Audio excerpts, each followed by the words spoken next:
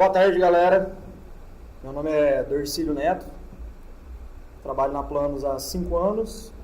Sou desenvolvedor back-end e front-end. E hoje eu vou falar um pouco sobre otimizações, Webpack e afins. Por que eu escolhi esse tema? Eu estava trabalhando num projeto à parte, igual eu falei, e a maioria aqui já sabe.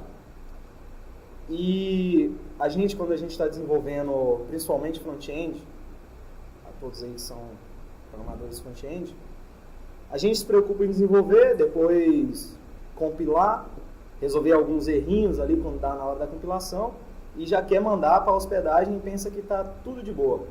Só que não é bem assim. E eu fui descobrir isso na prática.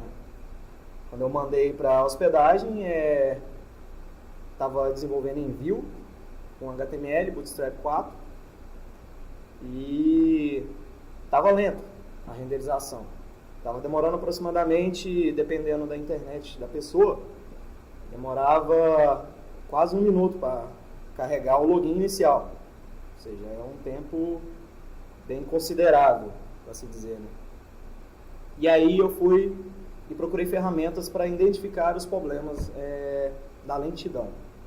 Que no caso, primeiramente eu usei o Test My Site, não sei como pronuncia, mas é do Google, que é uma ferramenta para identificar possíveis problemas. E ajudou bastante, e até vai ter algumas coisas que eu citei aí que eu descobri lá. E eu não sabia que poderia auxiliar tanto assim. Então vamos lá, né? Beleza.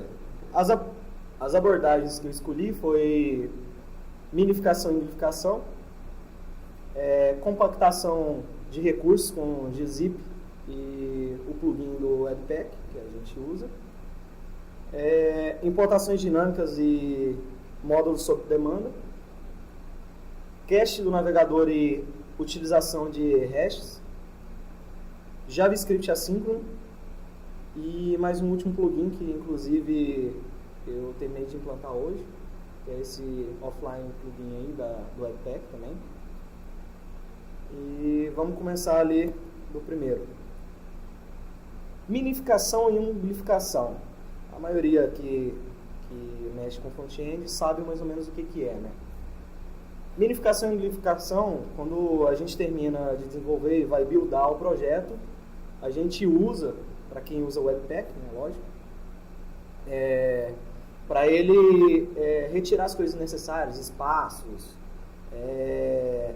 código variável às vezes que é repetida, ele aproveita, tem várias variáveis lá por trás que eles usam para otimizar o código para a produção. E aí, inclusive, o que está escrito ali resumindo minificação e amplificação é sempre relacionado à otimização. E nunca foi tão fácil de aproveitar do que com o Webpack. Que a maioria aqui já sabe disso, né? Embora seja uma das otimizações mais acessíveis, ainda existem muitos profissionais que esquecem ou não fazem uso da ferramenta. Essa parte aí eu me deparei bastante nos fóruns. Gente que o projeto estava dando um arquivo JavaScript, estava dando aproximadamente 6 MB. Arquivo CSS também, dando 2, 3 MB. E aí, para carregar, dependendo da conexão, o cara está numa 3G, numa 2G da vida, nunca vai carregar esse site. E aí, se você é novo na amplificação, a principal coisa para entender é a diferença que ele faz no tamanho do arquivo. É bem o que eu disse. Tem aproximadamente uma redução de 60%. Isso aí eu pesquisei, no tamanho dos arquivos. E tem muita gente que não quer implementar porque pensa que tem que modificar código, tem que fazer alguma coisa. E na verdade é mais simples do que parece. Não é necessário mudar nenhuma parte no código. Apenas ativar o plugin do Webpack, para quem já usa o Webpack, que hoje em dia vem como padrão. Aí tem um exemplo de só um código padrão, não tinha nada programado praticamente, só a base do Vue e a amplificação desabilitada deu 2.46 MB no arquivo JS. E com a amplificação habilitada, 1.2. Ou seja, é uma considerável, né? Compactação. Aqui a gente partiu para outro lado. Quando eu já tinha ouvido falar sobre a utilização de gzip, mas até então, quando eu estava desenvolvendo front, eu não nem procurei mexer ou procurar sobre isso, porque para mim que não era necessário, né? Mas aí quando eu usei a ferramenta, lá estava a dica, né? Que hoje em dia todos os navegadores, praticamente, nas versões mais recentes, dão suporte ao gzip. E o que é o gzip? O gzip é tipo como o que a gente usa até para compactar arquivos, né? Só que é para web. Ele faz uma compactação dos arquivos HTML, CSS, vetores. Tem vários tipos de extensões que dão. Já tem outros que não são mais recomendados. Tipo imagem, tem umas coisas que não é recomendado, que é mais difícil de detectar. E aí, vamos pegar ali a mais teoria, né? Compressão é realmente benéfico em um ambiente web, porque HTML e arquivos CSS usam um monte de texto repetido e espaços. Realmente, isso também faz parte, igual eu falei ali mais cedo, quando vai fazer uma minificação, tem espaço, tem um monte de coisa, e o gzip também ajuda mais ainda nessa questão. E ele remove tudo que é desnecessário e deixa só o código bruto ali. Se o programador abrir, ele não entende porra nenhuma do que está escrito lá. No resultado final, o gzip pode comprimir o tamanho das páginas e CSS em até 60% ou 70%. Isso aí não é bem exato. Depende de como está escrito o código. E aí vem como que age. Quando alguém entra em seu site, um pedido é enviado para o servidor, para entregar o recurso solicitado. Quanto maiores forem os recursos, mais tempo leva para carregar. Ao comprimir suas páginas da web CSS, antes de enviá-las para o navegador, você irá reduzir significativamente o carregamento delas, já que os meios são menores. Essa é a função do gzip. Ou seja, é quase o que a gente usa para compactar arquivo, para mandar um para o outro, alguma coisa assim. Só que ali é no ambiente web, né? Tipo, tem um arquivo lá que... Aquele lá que era 2 MB, por exemplo, era de 3, passou para 1 ponto alguma coisa, né? Acho que foi na verdade. E aí o gzip ele ia reduzir mais ainda. Se ia reduzir em torno de 60%, 70%, eu não sou bom de cálculo assim, mas provavelmente ia ficar só alguns kbs, né? De mega ia passar para kb. Aí tem um exemplo, isso aí é do meu próprio projeto mesmo, lá do projeto. Olha lá, para quem faz o uso do Webpack, existe o plugin Compression Webpack Plugin, que tem a função no momento da compilação do seu projeto, criar juntamente com os arquivos originais um semelhante já compactado com o gzip. Ou seja, porque se deixar só os compactados, tem chance, por exemplo, o cara usa um navegador antigo ou alguma coisa assim, ou que não dá suporte, ou tem uma hospedagem que não dá suporte a gzip, aí não consegue carregar o seu site. Então aí ele gera os dois, os originais, e gera esses arquivos .gz aí, que é os arquivos já compactados. E a parte do Webpack que tem que habilitar é simples. Pelo menos na versão 3 que eu já estou usando, não precisa instalar.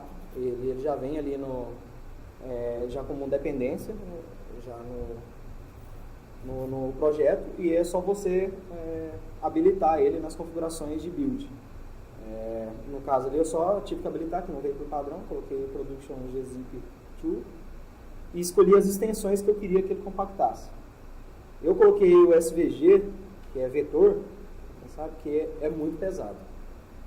Assim, mas agora JPEG, PNG, essas coisas não é muito recomendado pelo que eu pesquisei. Então aí eu só coloquei os arquivos principais mesmo ali para dar uma maneirada no site. Importações dinâmicas. Essa eu também não tinha chegado a me deparar enquanto eu estava desenvolvendo o projeto. Né? Eu tive que sair modificando novamente depois que eu aprendi essa parte aí. Importação dinâmicas. Importações dinâmicas, ou sob demanda, são um grande ponto em otimizações, pois eles conseguem facilmente um dos objetivos centrais do desenvolvimento de front-end: carregar as coisas somente quando elas são necessárias, nem mais cedo, nem mais tarde. O problema dos arquivos do projeto não é o tamanho. É também o tamanho, né? Inclusive a gente viu nas anteriores, ele tenta reduzir o tamanho. Já aqui já é outra questão. Ele fala. O problema é entregar como um único arquivo, que foi outra coisa que eu me deparei. Quando dava o build, ele gerava vários arquivos grandes, só que tipo tudo junto. Eu não sei como que era o agrupamento natural dele. Tinha mais de um arquivo JS, mas eram todos grandes, eram de 3 MB, 2 MB. Mesmo com o gzip ainda estava um pouco grande os arquivos. E aí depois que eu usei isso aí, acabou, matou a pau. O problema é entregar como um único arquivo, né? Eu falo. Isso é ruim, porque todos os seus usuários devem baixar todo o pacote antes de verem qualquer coisa na tela. Nós certamente podemos fazer melhor, quebrando esse arquivo e permitindo que algo aconteça mais cedo. Ou seja, para que, ainda mais para quem a gente que é desenvolvedor Vue.js, para quem é de React, e não sei o Angular novo se também dá, mas eu sei que React e Vue dá, que são tipo tudo em components. Não tem para que, por exemplo, ter uma tela de login, que é um component separado. Não tem para que você carregar todo o website antes de carregar o login. Não tem para que isso. E não tem para que ele ficar ali sofrendo para carregar o arquivo JS, CSS do site inteiro, sendo que ele está precisando rápido só para o usuário ver a tela de login logo para começar a usar o sistema. E aí a diferença, por exemplo, das importações. A importação, como eu conheci quando eu comecei a lidar com o Vue, e também quando ainda o Angular 2 também era assim, e a forma que é com a nova forma que eu pesquisei e encontrei. E aí, além disso, na verdade, no Vue pelo menos, eu coloquei aquele Webpack Name ali, que ele ainda separa os arquivos, ainda mostrando o nome dos módulos já no arquivo lá como comentário. Ele segmenta mais, parece, quando você coloca esse comentário aí. E aí, tipo, o meu projeto, é porque eu não tirei uma print, mas no meu projeto lá, antes eram 4 arquivos gigantes, agora são tipo uns 10 arquivos de tipo 100 KB, minúsculo. Então, mudou muito. Aí depois disso, ó, na minificação do projeto, o Webpack transforma cada import em uma divisão de código dinamicamente. E em vez de carregar todo o arquivo do projeto em primeiro momento, o mesmo irá carregar apenas o necessário para a aquisição atual. Se eu estou no login, eu vou carregar, por exemplo, o componente login tem o HTML dele, o JavaScript e o CSS dele. Ele só vai carregar aquilo lá. E aí quando passa para a próxima, aí ele vai lidar com a próxima tela e os próximos arquivos. Aí veio outra questão também, que era mais uma dica da ferramenta do Google e de outra que eu usei lá para otimização de website, que é a questão de cache.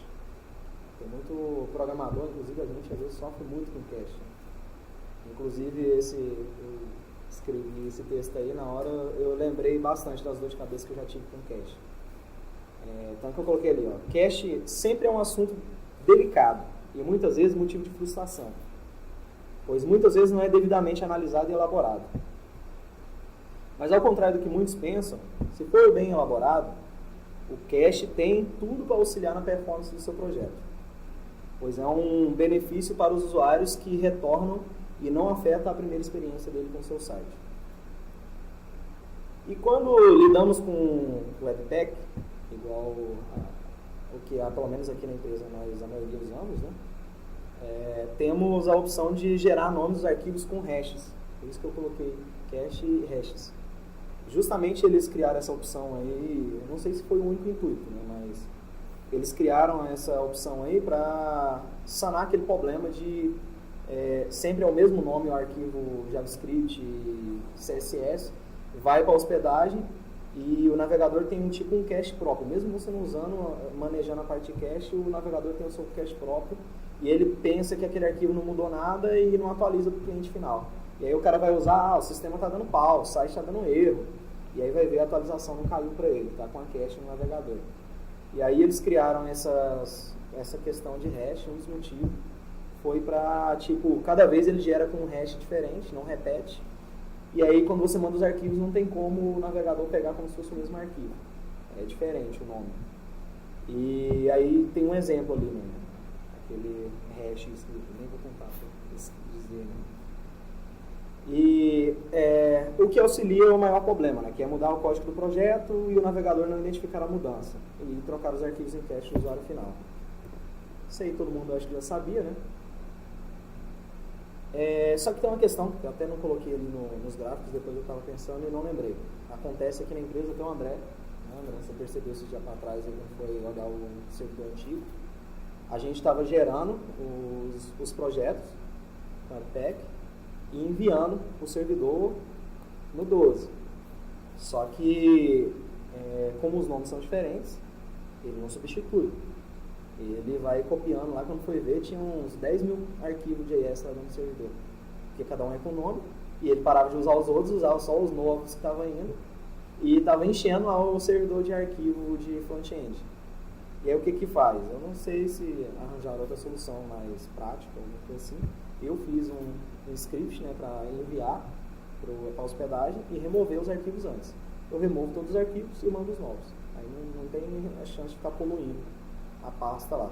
Mas esse tem até inclusive no site que eu estava vendo, sobre o Webpack, que a maioria dos desenvolvedores fala, cuidado com o espaço de armazenamento que vocês podem poluir a pasta lá, porque vai tocando, ou seja, não é só aqui.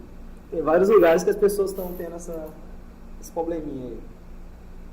E beleza, agora esse aí já é mais sobre a cache mesmo, como lidar com a cache. Ó, além da cache básica, usada em todos os navegadores, podemos fazer o uso das configurações e dizer o momento de fazer o uso ou não das mesmas. Em vez de deixar o navegador cuidar sozinho do cache ali, você pode dizer e controlar ele para usar ele a seu favor. Tipo, olha lá, e a configuração de certa forma é muito simples. Temos de lidar apenas com essas duas tags. Tem várias tags lá que dá para você acompanhar para ver o cache. Mas com as ferramentas que a gente usa hoje em dia para desenvolver, tipo, a maioria é hospedado em serviços de hospedagem famosos, ou se você vai montar internamente usando Nginx, todos eles conseguem lidar bem com essas configurações aí. Com umas 3, 5 linhas, no máximo você consegue já configurar o cache já do seu website. E as caches são essas, cache control e etag.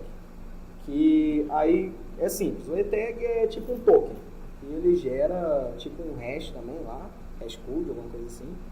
E cada vez que você troca o arquivo na hospedagem, alguma coisa assim, ou faz alguma mudançazinha no arquivo, esse hash muda. Ele regera esse hash.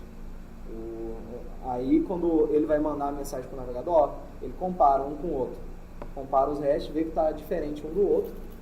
E aí ele fala, ó, tá errado, não pode manter esse cache. Então, vamos trocar o arquivo. Aí ele joga aquele para fora e pega o novo. E o cache control é o que diz que ou você, se essa parte do sistema você vai usar cache ou não, tem como controlar por alto também se você não quer cache. E também, ou você pode usar, na verdade, ou você pode usar ele para definir o tempo que aquela cache vai durar. Por exemplo, vai durar 1 hora, vai durar 1 dia, ou vai durar 1 mês. Porque, por exemplo, quando não tem muita rotina de atualização, e inclusive juntando essa configuração e mais aquela anterior do hash do Webpack, é quase impossível você ter um problema de cache se você configurar os dois certinho. Porque lá, além de trocar o nome do arquivo, aqui troca o hash code do etag ali. Ou seja, a chance de dar merda, de você mandar uma atualização e o cliente não receber, é muito mais difícil. Claro que atualmente aqui, acho que no sistema nosso mesmo, aqui a gente ainda não está fazendo essas configurações, né? Eu, como fui lá para a hospedagem, eu tive que me virar e configurar essa questão aí. E a gente mesmo está usando o Nginx, ainda estava falando com o André ainda hoje. E é muito simples a configuração. Você escolhe os mine types dos arquivos e o tempo que cada um você pode configurar por mine types. Eu não sei como é que é nas hospedagens famosas. Eu sei que tem algumas que você configura na própria hospedagem. Nas brasileiras eu não sei. Eu sei que no exterior eu fui mexer esses dias num que era de teste lá e tinha como você configurar pela própria hospedagem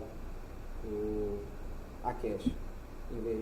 Porque não é uma coisa que você configura no seu projeto em si. Também tem como configurar no HTML, só que hoje em dia é meio ultrapassado isso. Tem como você controlar até no servidor que está hospedado. E, igual eu falei, é bem simples. Aí ali eu coloquei o etag sendo um token para identificação de mudanças e o cache control sendo usado para controle de tempo da cache, ou então informar se não deve fazer o uso. Ó, o exemplo de resposta com cache. Isso aqui inclusive é no projeto, no sisteminha que eu desenvolvi. Olha lá, ele está falando, ó, status code from memory cache. Ele está usando da cache. Olha lá, o cache control está grande daquele jeito, por quê? Como está trocando o arquivo, o nome do arquivo, não tem um perigo de tipo não receber atualização. E como tem um ETEG também ali embaixo, que podem ver ali, ele também vai mudar se eu mudar alguma configuração no arquivo. Então eu posso deixar o máximo. Porque, por exemplo, se não tem chance de dar erro com o hash do ETEG e ainda troco o nome toda vez que eu dou um build lá do arquivo, então se eu não fizer nenhuma modificação no projeto, que dure o máximo possível esse cache aí, para o cara não ficar baixando toda hora usando a conexão dele. Isso é até bom para quem vai fazer PWA, né? Que não fica baixando a todo momento, fazendo requisição a todo momento. Só vai fazer as requisições no hash, para quem está fazendo a aplicação separada, né? O back do front. JavaScript assíncrono. Esse é o que eu menos entendo, na verdade. Mas eu tive que dar uma estudadinha para implantar também no projeto. Os meninos aí que mexem no projeto agora no front aí entendem há mais tempo que eu. Mas também na ferramenta do Google e nas outras de teste de performance, de website, também informavam para tentar usar o máximo possível o JavaScript assíncrono para não travar as requisições, as renderizações do website. Aí, inclusive, eu coloquei uma mini descrição. Por padrão, o JavaScript bloqueia a construção de Doom. E assim, atrasa a primeira renderização.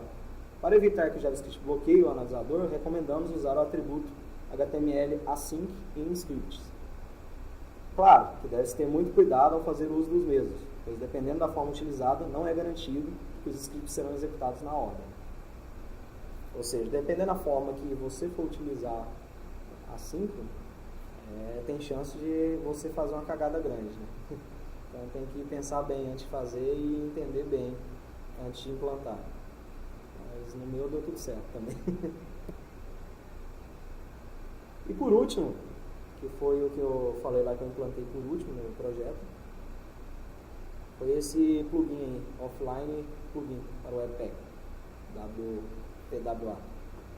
Ele é tipo uma ferramentinha para auxiliar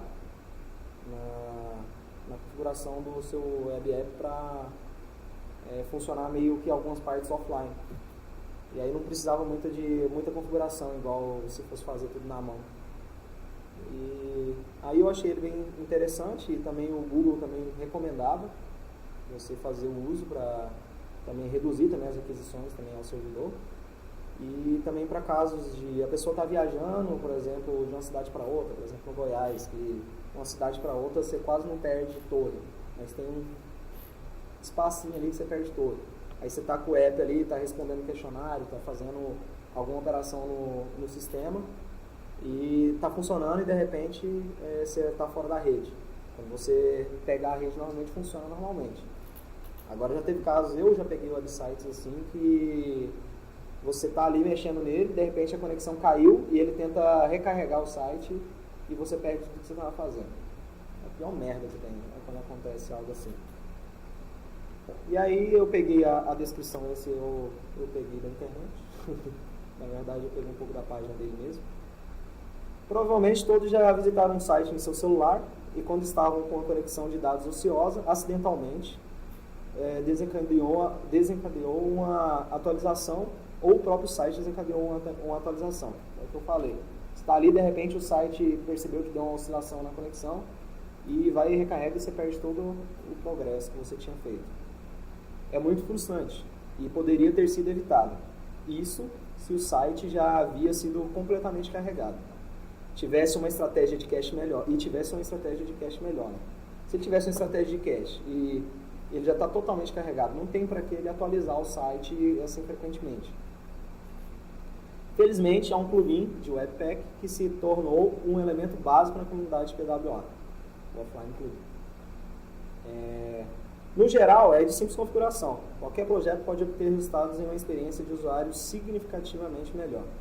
Imagine usuários que usam o metrô diariamente, eles ficam rapidamente fora de serviço e após um tempo voltam. Isso não é um problema quando é implantado e configurado esse plugin. Foi um dos exemplos que eles citaram. E aí, essas são as ferramentas que eu usei para as métricas de performance, que é o Teste Mais Site do Google lá. E esse Lighthouse aí da Chrome Store, que ele é muito foda também. Ele pega todas as informações praticamente que você usou lá, coisa errada, ele ainda te dá uma nota ainda para as coisas que você fez bem e as coisas que você fez errado. O meu ainda não está 100%. Tem mais umas questões que até no do Google também fala, que é tipo tamanho de imagem, por exemplo, você ter várias imagens de vários tamanhos e tem uma configuraçãozinha que até o Google ensina a fazer, de ele pegar de acordo com o device que está utilizando o sistema, ele pega a imagem do tamanho menor para economizar a banda e para renderizar mais rápido. E também sofre menos, né? O navegador tentando dimensionar aquilo lá. No mais é isso. Obrigado pela atenção. Qualquer dúvida, consulte o tio Google. Tô zoando, pode falar comigo.